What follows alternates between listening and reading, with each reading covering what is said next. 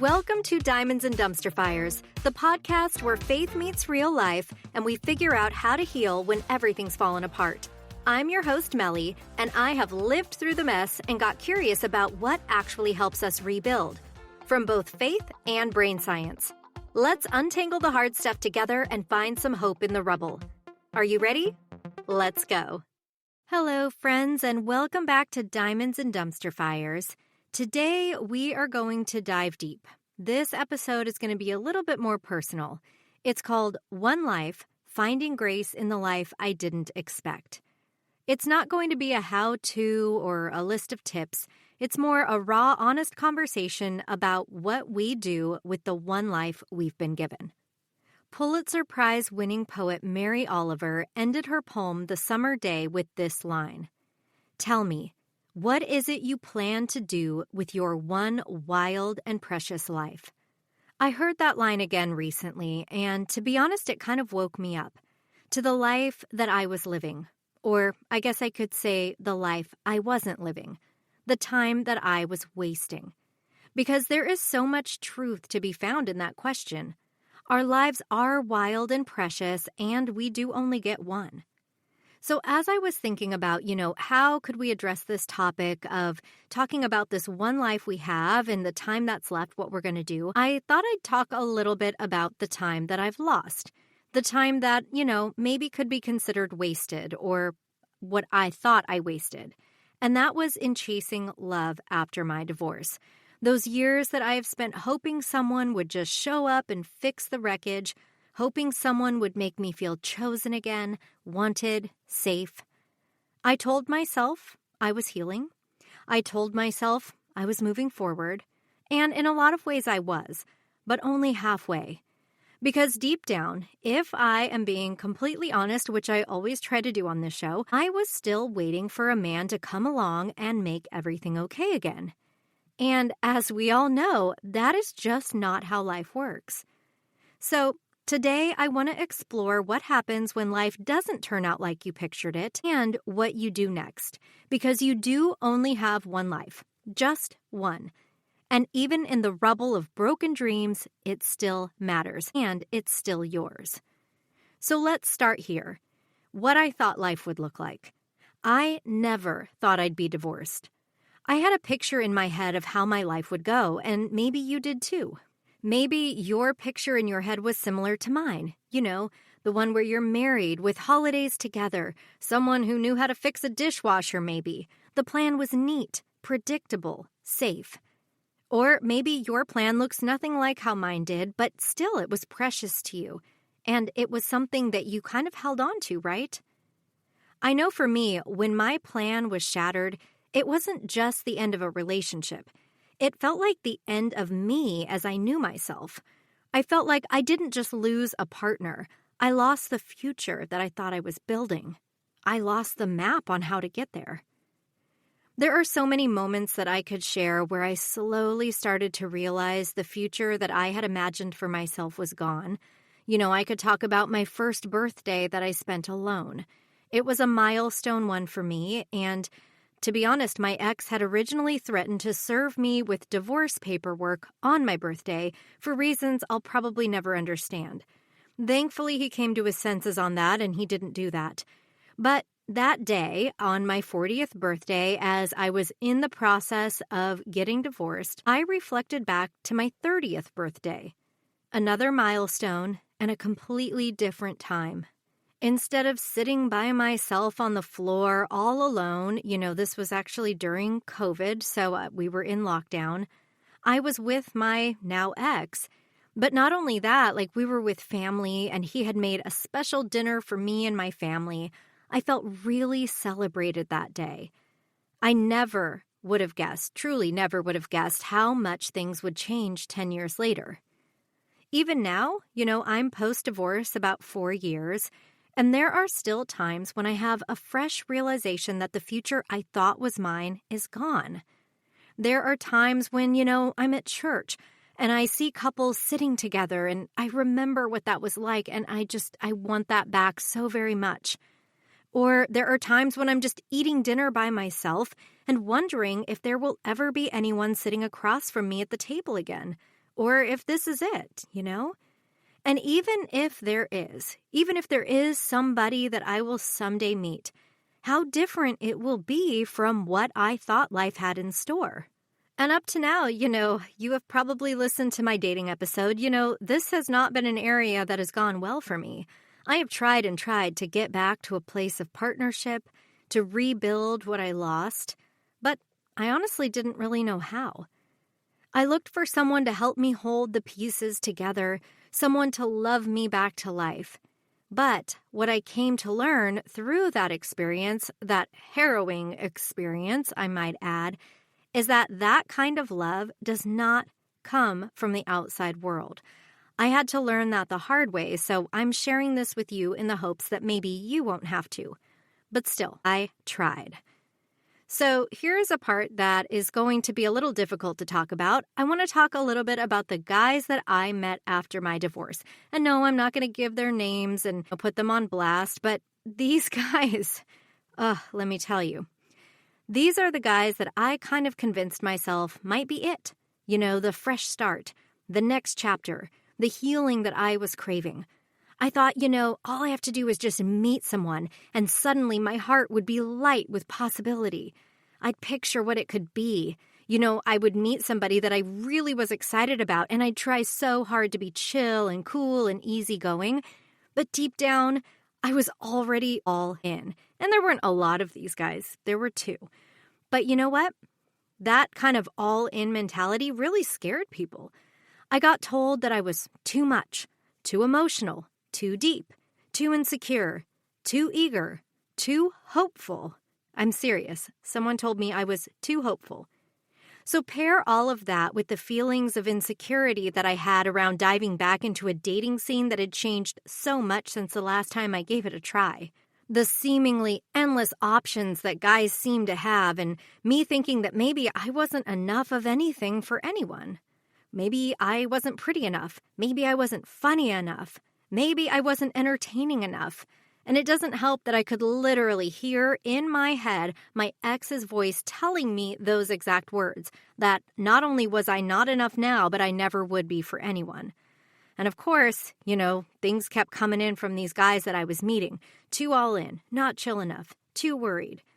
It's hard to admit how much those words stuck to me, because I mistakenly believed, and let me be clear, it was a mistake to believe this, but I mistakenly believed that these guys were not just, rejecting a date with me. I, at that time, believed that they were rejecting this version of me that had already been through the fire and still dared to love again. There are a few stories about this that I could share, but one in particular that kind of stung, actually not kind of, a lot stung, is this guy that I had matched with early on in my dating journey. He seemed like everything I was looking for, and while there was still so much to find out, and I was in absolutely no way rushing into a relationship with him, I did pause the dating apps and focused on getting to know him. I didn't know all the rules around these dating apps or what people normally do. I felt like, hey, I met somebody cool, I like him, I don't need to meet anybody else right now. When he found out that I had paused my dating apps, you would think he found out I was stalking him. We had already been talking for a couple of months at this point, and to be honest, I just really didn't want to confuse myself with other guys. It felt wrong, too. Apparently, though, he was not paused on the apps, and he had no intention of doing so. He told me that my all-in approach was too much, and he actually said it was a little scary. Instead of hearing that and just realizing, oh, you know what, I'm not compatible with this guy, I did something I do not recommend. I pressed in harder. I sent him a ridiculous number of texts, and I tried to get him to choose me. He didn't. And if you are cringing as you listen to this, please know that I am cringing even harder. It is so hard for me to even relay this story to you because it is so embarrassing. Even worse than that, after the whole thing blew up, it didn't stop me from trying to get the next guy I met to choose me as well. And this feeling of this crazy sense of fear that came about when it seemed a connection might not work out. I probably shouldn't tell this story on a podcast, but I'm going to because this is how bad it got. I was living in this, if you know anything about, attachment styles, you may think you have anxious attachment. And there is some truth to that. But at the time, too, I was desperately trying to just get my life back. I will say I believe in a bit of a healthier place now. But here's how crazy this went. I went on a date with somebody. It was our second date. And I really, I wasn't sure, but I kind of liked the guy. It didn't hurt that he actually reminded me quite a bit of the guy that, I'd had that whole ridiculous thing with before. And so we went out, we had a great time, we went to dinner. It seemed like we were really connecting. After dinner, we went for a walk on the pier and just spent some time outside, and it just felt good. I mean, he was like touching my arm. It was seeming to go well. And then the night's over, he asked me if he could walk me back to my car. So, of course, I said yes. He walked me to the parking structure, and I kid you not, something changed. He got weird. He kind of pulled away. And the next day, I got a text from him letting me know that he did not think we were compatible and he wished me well. And I was, still very unhealed from my divorce, still very unhealed from this other guy that had, just dragged me through the mud for months and months. And so I thought, what could it be? What could have happened? And it dawned on me, the lighting in the parking structure is absolutely awful. He saw me down there in that parking structure where the lights, I probably had bags under my eyes, or maybe my eye makeup was messed up because we had walked outside at the beach and my hair was probably frizzen up a bit. And I actually asked him if that was why. I sent him a text and I asked him if that was the reason. I'm so embarrassed to even share that. He never wrote me back. But anyways, during that time, I wasn't focusing on the right things. I was asking, what's wrong with me? But of course, we know that is not the right question. So let's talk brain science here for a second, because I love to bring that into as many of my episodes as I possibly can. What I have learned on this journey is that healing isn't just spiritual or emotional, even though it is absolutely both of those things, but it's also biological. So after trauma, especially relationship trauma, your brain becomes hyper-aware of threat. That means rejection, abandonment, or disconnection of any kind feels way more intense than it did before the trauma. Your amygdala, which is the fear center of the brain, lights up like a Christmas tree when someone pulls away. Your nervous system screams out, "Danger, danger, you're not safe." Add to that the dopamine reward cycle from dating apps and breadcrumb attention, and we start confusing emotional risk with emotional worth. We link being chosen to being enough. But here is the good news. We can absolutely change that. Through neuroplasticity, your brain can rewire itself, and that means we can learn to soothe ourselves, to separate rejection from identity, to create new patterns and new truths about who we are and what we're worth. And that brings me to what God says about it. So I want to talk a little bit about faith in the middle of rebuilding, because I think it is just so important to maintain that faith when you are going through a crisis like a divorce or a breakup. I think one of the cruelest lies that the enemy throws our way, and we are so quick to believe, especially after divorce, is that we missed it. That our story has gotten so far off the track that we can't possibly end up anywhere good. But over and over in Scripture, we see a different story. We see restoration. We see beauty for ashes. And dare I even say it, we see diamonds coming out of those dumpster fires. In Scripture, we see people who messed it all up or who had it all fall apart around them. But God said, "I am not done with you yet." John 10:10 says Jesus came to give us life, and life abundantly. That means now, not later when someone chooses us, not someday when the pain is all gone and, we feel like we've healed and can tie up our story with a pretty bow. No, now. Psalm 34:18 says, "The Lord is close to the brokenhearted." And I know I quote this verse all the time, but it is one of those verses that has just really comforted me through all that I've gone through. It means I wasn't abandoned in the aftermath of my divorce. I was being held by God. I just couldn't see it yet. And of course, don't forget Romans 12:2. It has been one of my anchors. Be transformed by the renewing of your mind. I used to think that transformation meant changing into someone better. But now I know it means remembering who I am all along, who God made me to be, who I am in His image. So, I didn't get the life that I thought I would, but that doesn't mean that this life can't be good. I used to believe that I had to wait for someone to choose me again to prove I was worthy. But now I know I'm already chosen by God every day, no performance required.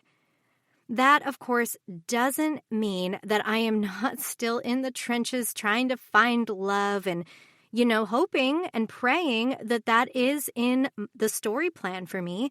I have no idea if it is or not.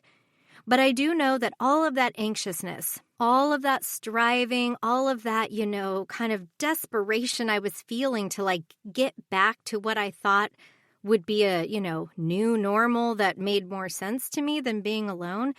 Through all of that, I wasn't recognizing that God was right there by my side, drawing me closer to Him and showing me that there was grace in this life in ways that I didn't expect.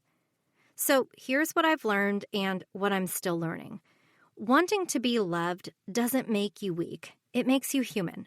It is so normal to want love. That is it's part of the human condition, right? Being all in just means that I love deeply. That's not a liability. It's actually my superpower. And if you are somebody who is all in with people, it can be your superpower too. Now, that doesn't mean that I was perfectly right in the way I was going about everything, because I was approaching everything from a place of anxiousness, which of course you never want to do in relationship. But when two people really like each other and there's no inappropriate chase going on like there was, for me, being all in can be a great thing. Another thing I've learned is rejection doesn't mean you're broken. It just means they aren't your person. And I've also learned that my life is not behind schedule. I am right on time. Right on time for the life that God has for me, even if that life is not looking like how I thought it would. So while I'm still very much a work in progress, I do feel I'm starting to step into this role that was meant for me in life, the future that God has for me. I'm recording this episode shortly after another one of these drawn-out app friendships has ended, and I'm realizing that I do not need to do this to myself over and over and over again. There is literally no reason to do this. I have one life. Do I want to spend it chasing after someone who's unavailable? Or do I want to live this life I've been given as the gift that it is? I am choosing the gift. And in doing that, I am making decisions for me. For example, I've decided to go back to school. I'm about to start my MS in Applied Neuroscience. I'm making it my life's mission to help people who are going through divorce or heartbreak to heal.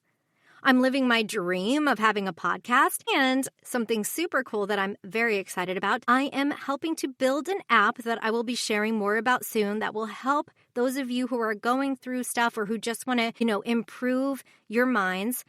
I can't wait to share more about this with you. It's coming soon. And I'm living. It's not the life I thought I would live, but it's wild, and it has taught me more about who I am than the life I thought I wanted could ever have done. So friends, let's circle back to the question we started with. You have one life. What will you do with it? Will you spend it waiting for someone to rescue you from your past?